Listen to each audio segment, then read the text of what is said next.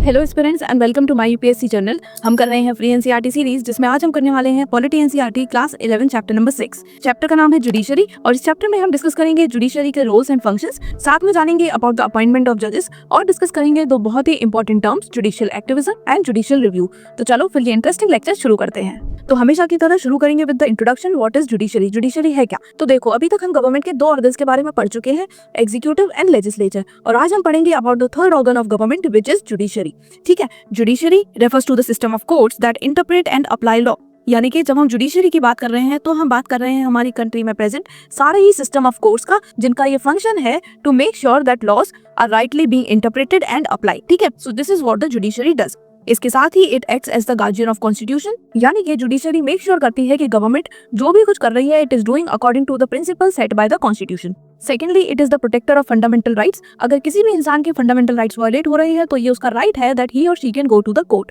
And thirdly, it ensures justice in society by establishing rule of law. Rule of law का मतलब होता है कि हर इंसान लॉ के सामने बराबर है, कोई प्रेसिडेंट है या फिर कोई नॉर्मल सिटीजन, लॉ सबके लिए सेम है, सबके लिए बराबर है। ठीक है, तो इस तरह जुडिशरी इंश्योर करती है कि सोसाइटी में एवरीवन इज गेटिंग जस्टिस। ठीक, तो यहाँ तक हमने जुडिशरी के बारे में बेसिक जान लिया। अब देखो, हम ये भी पढ़ चुके हैं हमारे प्रीवियस चैप्टर्स में कि लेजिस्लेचर का काम होता है लॉ बनाना, एग्जीक्यूटिव का काम होता है मेक श्योर करना कि ये सारी policies and laws properly implement हो। अब इसी तरह हम डिस्कस करेंगे role and importance of judiciary. Judiciary के क्या रोल्स हैं और जुडिशरी की क्या इंपॉर्टेंस है। तो सबसे पहला सबसे इंपॉर्टेंट रोल है डिस्प्यूट रिजोल्यूशन का। अब इसका क्या मतलब हुआ तो समझेंगे with a very simple example. देखो, हमारी कंट्री में बहुत सारे सिटीजन्स प्रेजेंट हैं, अलग अलग स्टेट्स हैं, अलग अलग यूनियन टेरिटरीज हैं, इसके अलावा हमारी सेंट्रल गवर्नमेंट भी है। अब जब इतने सारे लोग हैं, इतने सारे व्यू पॉइंट्स हैं, तो डिस्प्यूट्स तो होंगे ही। Now comes the requirement of a body जो ये डिस्प्यूट्स को रिजॉल्व करे, और वहां पर आती है हमारी जुडिशरी, यानी कि हमारी गवर्नमेंट का थर्ड ऑर्गन, जिसका काम है dispute resolution. It settles dispute between citizens and government, two state government या फिर centre and state government.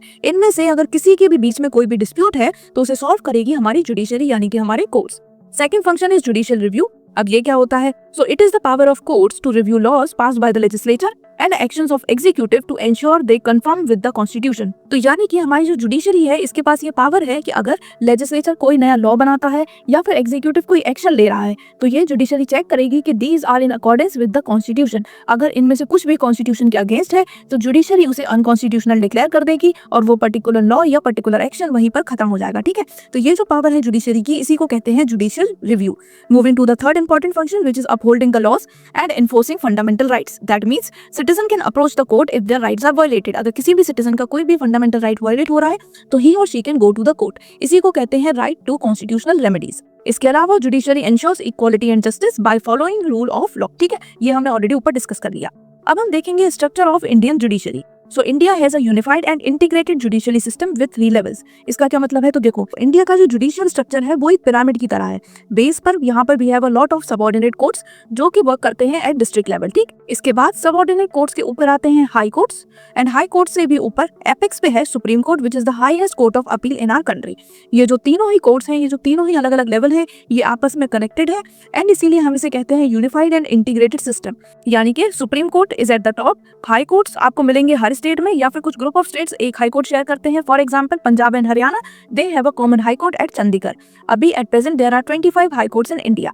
Next number 3 है subordinate courts. These are district और लोअर कोर्ट्स, इनको लोअर कोर्ट्स भी कहा जाता है and they handle cases at district level. ठीक, तो ये हो गए 3 levels of courts in our country. सबसे लोअर लेवल पे भी है सबऑर्डिनेट कोर्ट्स, सबऑर्डिनेट्स के ऊपर आते हैं हाई कोर्ट्स एंड सबसे ऊपर भी है सुप्रीम कोर्ट। ये तीनों ही कोर्ट्स आपस में इंटरकनेक्टेड हैं, therefore the system is called integrated system. Moving forward, अब हम बात करेंगे about supreme court of India. तो बात करें अबाउट द कॉम्पोजिशन, तो मैक्सिमम देयर कैन बी 34 जजेस, जिसमें से एक होते हैं chief justice of India and remaining 33 are other जजेस। So total maximum there can be 34 जजेस in supreme court. These judges are appointed by the President of India। अब इन जजेस की क्वालिफिकेशन क्या होनी चाहिए? तो सबसे पहले तो ही और she must be a citizen of India. ठीक है, एक इंडियन सिटीजन होना जरूरी है। इसके अलावा at least 5 years as high court जज। अब अगर किसी को भी सुप्रीम कोर्ट का जज बनना है तो it is important that he और she should have been high court जज फॉर एट लीस्ट 5 years। ठीक है, या फिर 10 years as an advocate in high court. तो या तो the person should have been a जज in high court for at least 5 years या फिर an advocate at high court for at least 10 years। ठीक है, so these are the qualification. And thirdly an eminent jurist. अब इसका क्या मतलब हुआ? तो ही और she should be a famous and respected person in law, जिसे लॉ की जानकारी हो, लॉ के बारे में अच्छे से जानता हो। ठीक है, इन प्रेसिडेंट्स ओपिनियन। तो ये हमने जान लिया अबाउट सुप्रीम कोर्ट जजेस क्वालिफिकेशन। बात करें टेन्योर की, तो ही और she holds the office till the age of 65 years। ठीक, 65 age is the age of retirement for Supreme Court judges। Moving forward, इसी तरह अगर हम हाई कोर्ट्स के बारे में जाने तो प्रेजेंटली हर स्टेट में प्रेजेंट है या फिर कुछ स्टेट्स हैं जिनकी कॉमन हाई कोर्ट्स हैं, ये हमने ऑलरेडी ऊपर डिस्कस कर लिया। इसके अलावा जब भी हाई कोर्ट के जजेस अपॉइंट होते हैं तो these are appointed by president, but president consult करते हैं with chief justice of India, governor of that particular state and साथ में chief justice of the high court for other जजेस। हाई कोर्ट के चीफ जस्टिस के अलावा जो बाकी के जजेस अपॉइंट होंगे तो उसमें हाई कोर्ट के चीफ जस्टिस से भी कंसल्ट किया जाएगा, ठीक है। So this is how the जजेस of high courts are appointed. Function क्या है हाई कोर्ट के? तो सबसे पहले तो high court handles cases related to civil, criminal and constitutional matters. Civil matters का मतलब ऐसे मैटर्स जिसमें दो लोग या फिर कंपनीज के बीच में आपको डिस्प्यूट देखने को मिलता है, ये होगा सिविल केसेस। क्रिमिनल केसेस हो गए केसेस लाइक मर्डर्स, असॉल्ट, ठीक है। और कॉन्स्टिट्यूशनल केसेस में आएंगे मैटर्स जैसे कि अबॉलिशन ऑफ फंडामेंटल राइट्स, ठीक है। So all these cases can be dealt by high court. It can issue writ under article 226। Writ का मतलब होता है ऑर्डर, तो हाई कोर्ट भी रिट इशू कर सकता है और ये दिया गया है in article 226। These writs will be for the enforcement of fundamental and legal rights, ठीक है। इसके अलावा high court supervises subordinate courts, यानी कि जो लोअर लेवल के कोर्ट्स हैं उनको भी हाई कोर्ट सुपरवाइज करेगा, ठीक है। अब हम सबऑर्डिनेट कोर्ट्स के बारे में थोड़ा सा पढ़ लेते हैं। तो these are courts at district और लोअर लेवल। यहाँ पर district courts, session courts and civil and criminal courts, ये तीनों ही इंक्लूडेड होते हैं when we are talking about subordinate courts. जजेस are appointed by the governor of state. जिस स्टेट के सबऑर्डिनेट कोर्ट होंगे वहाँ के गवर्नर डिसाइड करेंगे उनके जजेस के बारे में। Next, appointment of supreme court जजेस। अब हम सबसे पहले पढ़ेंगे सुप्रीम कोर्ट के जजेस कैसे अपॉइंट होते हैं इन डिटेल, उसके बाद देखेंगे इनका रिमूवल प्रोसेस भी, ठीक है।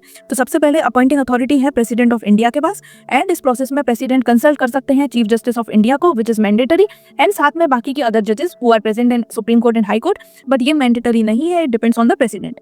एलिजिबिलिटी क्राइटेरिया क्या है? तो ऑलरेडी हमने ऊपर डिस्कस किया। सबसे पहले तो must be a citizen of India. इसके अलावा ही और शी मस्ट बी अ जज of high court for at least 5 years। अगर वो हाई कोर्ट के जज नहीं है फॉर एटलीस्ट 5 years तो it is important that he should be an advocate of high court for at least 10 years, ठीक है। या तो जज या फिर advocate for 10 years। And a distinguished jurist in the opinion of president, यानी कि a person who is famous and has good knowledge of law, ठीक। तो ये तो हमने डिस्कस कर लिया एलिजिबिलिटी क्राइटेरिया। अब talking about the collegium system, so it was developed through supreme court judgment, यानी कि जो अभी प्रेजेंट वाला सिस्टम है ये डेवलप कैसे हुआ? तो इसमें एक सुप्रीम कोर्ट का जजमेंट आया था जिसे बोलते हैं 3 जजेस case. According to this judgment, a group of chief justice of India and 4 senior most judges recommend appointment and transfer in higher judiciary, यानी कि हायर जुडिशरी में किसका अपॉइंटमेंट होगा और किसका ट्रांसफर होगा ये डिसाइड करेगा एक ग्रुप जिसमें होंगे 5 मेंबर्स, एक chief justice of India and 4 senior most जजेस, ठीक है। तो ये 5 लोग साथ में आकर रिकमेंड करेंगे about the appointment and transfer of power in higher judiciary, ठीक है। Moving forward, government generally follows this but may ask for reconsideration once. Usually जो ये 5 लोगों के ग्रुप है, जो भी ये लोग नाम रिकमेंड करेंगे गवर्नमेंट इन्हें फॉलो करती है, बट अगर गवर्नमेंट चाहे तो वो इनसे कह सकती है to reconsider it once again, ठीक है। So this is how the जजेस विल बी अपॉइंटेड। अब देखो, अभी हमने पढ़ा अबाउट 3 जजेस केस, ये था फॉर द सुप्रीम कोर्ट जजेस। चलो, तो अब हमने अपॉइंटमेंट ऑफ जजेस तो देख लिया, अब हम देखेंगे रिमूवर ऑफ सुप्रीम कोर्ट जजेस। तो सबसे पहले तो सुप्रीम कोर्ट के जजेस को रिमूव करना बिल्कुल भी सिंपल प्रोसेस नहीं है, ये एक बहुत ही लॉन्ग प्रोसेस है।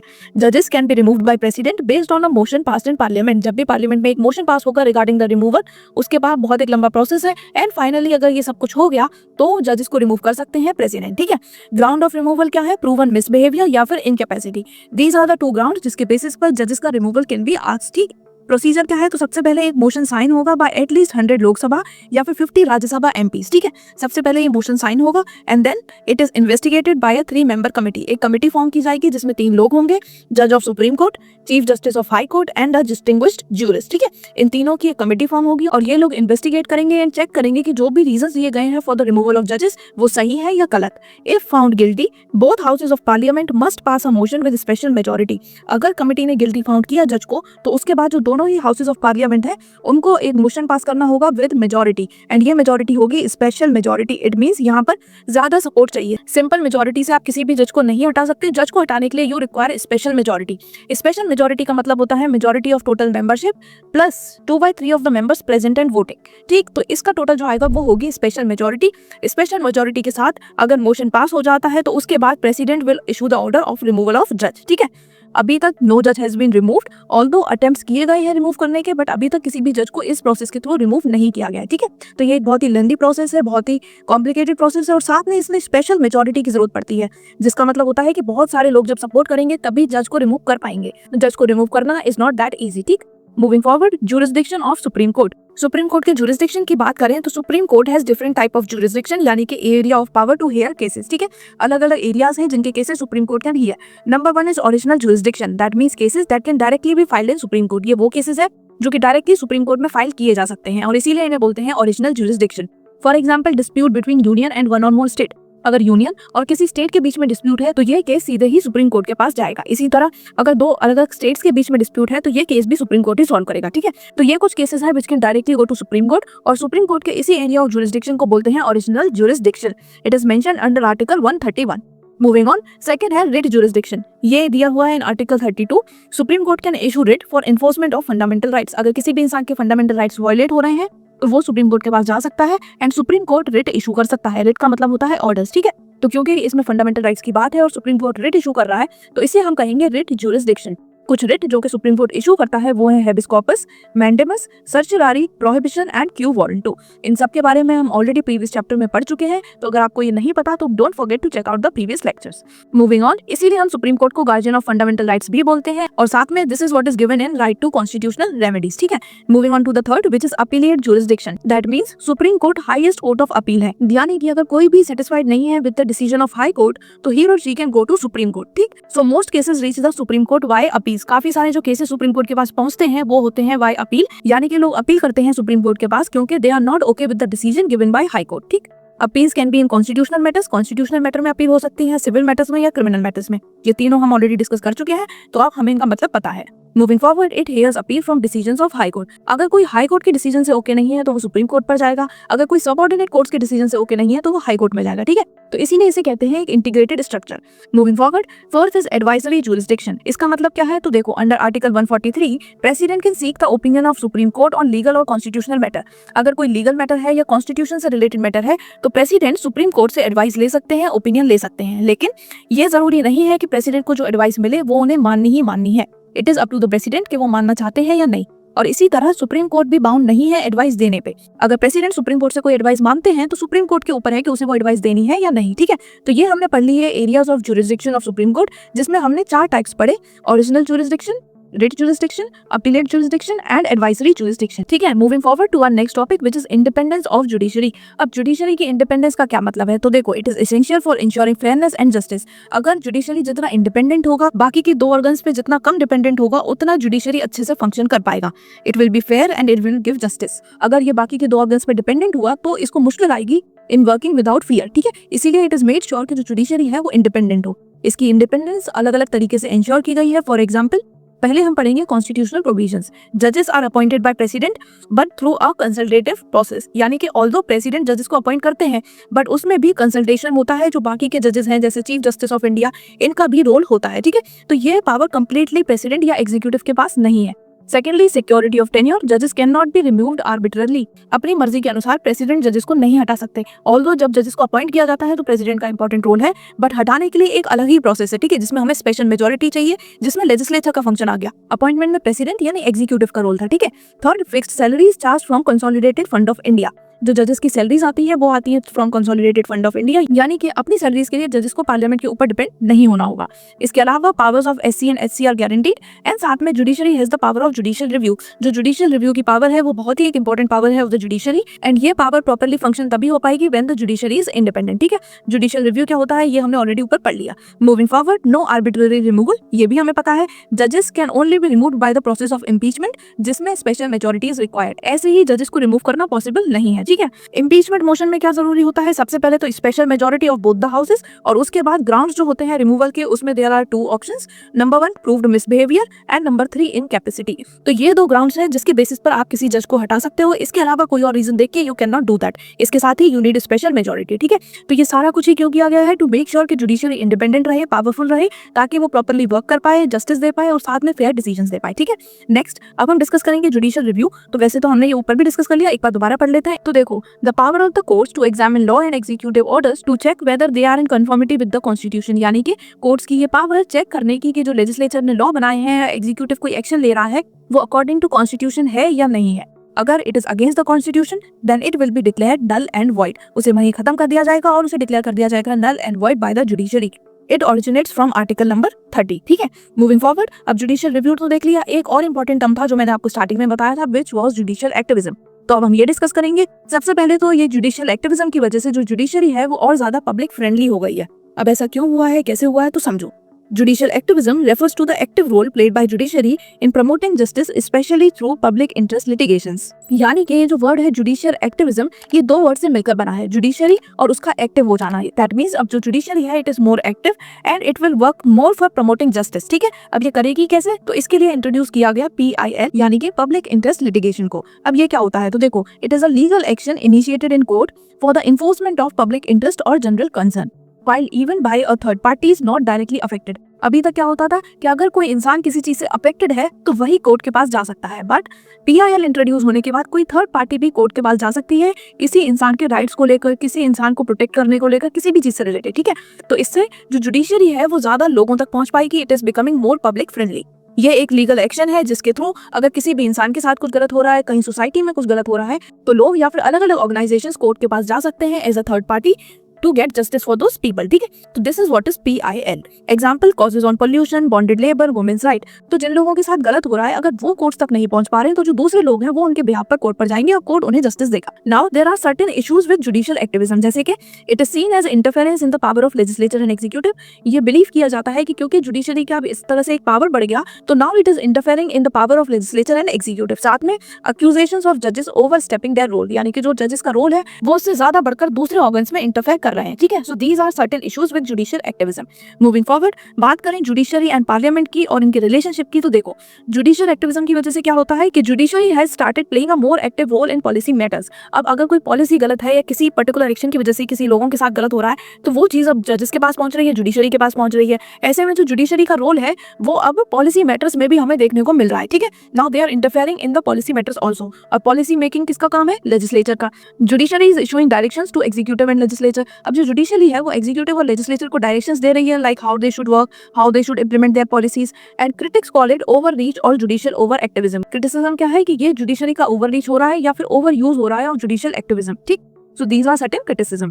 नेक्स्ट एग्जांपल्स इसके कुछ है, जैसे कि banning harmful industries near Taj Mahal. इसके अलावा orders related to pollution, environment protection etcetera. That means कि पोल्यूशन और एनवायरमेंट रिलेटेड इश्यूज में भी अब जो जुडिशरी है वो एग्जीक्यूटिव को बता सकती है how to work, how not to work and decisions भी दे सकती है. इसके अलावा judiciary also expanded the right to life under article 21 to include health, clean environment and livelihood. यानी कि जुडिशरी ने clean environment, health and livelihood को भी इंक्लूड कर दिया in article 21. Moving forward, judiciary and rights. अब जुडिशरी और rights कैसे कनेक्टेड है? तो देखो, जुडिशरी कॉन्स्टिट्यूशन की गार्डियन है and it is also the guardian of fundamental rights. Through writs, judicial review and PIL, it protects individuals' liberty. किसी के साथ भी कुछ गलत हो रहा है, किसी का भी फ्रीडम जा रहा है, किसी के भी राइट जा रहे हैं, so these all are protected by the judiciary. अलग अलग इसके लिए मैकेनिज्म है, जैसे कि रिट हो गया, PIL हो गया या फिर जुडिशियल रिव्यू हो गया. इसका एक एग्जांपल भी है where courts have interpreted article 21 to include right to food, shelter, clean air etcetera. So this is how judiciary uses its power and judiciary works as a guarantor of fundamental rights. Moving forward, इस chapter का last topic है judiciary and parliament, conflicts and balances. तो देखो, judiciary can strike down laws pass by parliament if they violate constitution. अगर कोई भी law constitution के against है, कॉन्स्टिट्यूशन को वायलेट करता है, तो जुडिशरी के पास है पावर ऑफ जुडिशियल रिव्यू, जिसके थ्रू वो उस लॉ को अनकॉन्स्टिट्यूशनल डिक्लेयर कर सकती है. इसी तरह parliament can amend the constitution but not violets it's basic structure. Parliament constitution को अमेंड कर सकती है, कॉन्स्टिट्यूशन को चेंज कर सकती है, बट जो कॉन्स्टिट्यूशन का बेसिक स्ट्रक्चर है उसे चेंज नहीं कर सकती, उसे अमेंड नहीं कर सकती. ये था सुप्रीम कोर्ट का judgement as per Kesavananda Bharati case in 1973. ठीक है, तो विद दिस हमारा चैप्टर खत्म हो चुका है, बट खत्म करने से पहले जल्दी से सारे ही कीवर्ड्स को रिवाइज करेंगे. शुरू करेंगे with judiciary. It is the system of courts that interpret and applies law. ये है हमारी गवर्नमेंट का ऑर्गन नंबर 3. जुरिस्डिक्शन का मतलब होता है authority of the court to hear and decide cases. हमने सुप्रीम कोर्ट के 4 एरिया ऑफ जुरिस्डिक्शन पढ़े थे, उनको भूलना नहीं है. Number 3 is judicial review, यानी कि power to declare laws unconstitutional. Fourth is PIL, that is public interest litigation. These are legal actions initiated in courts for the protection of public interest. कोई third party भी इनको initiate कर सकती है.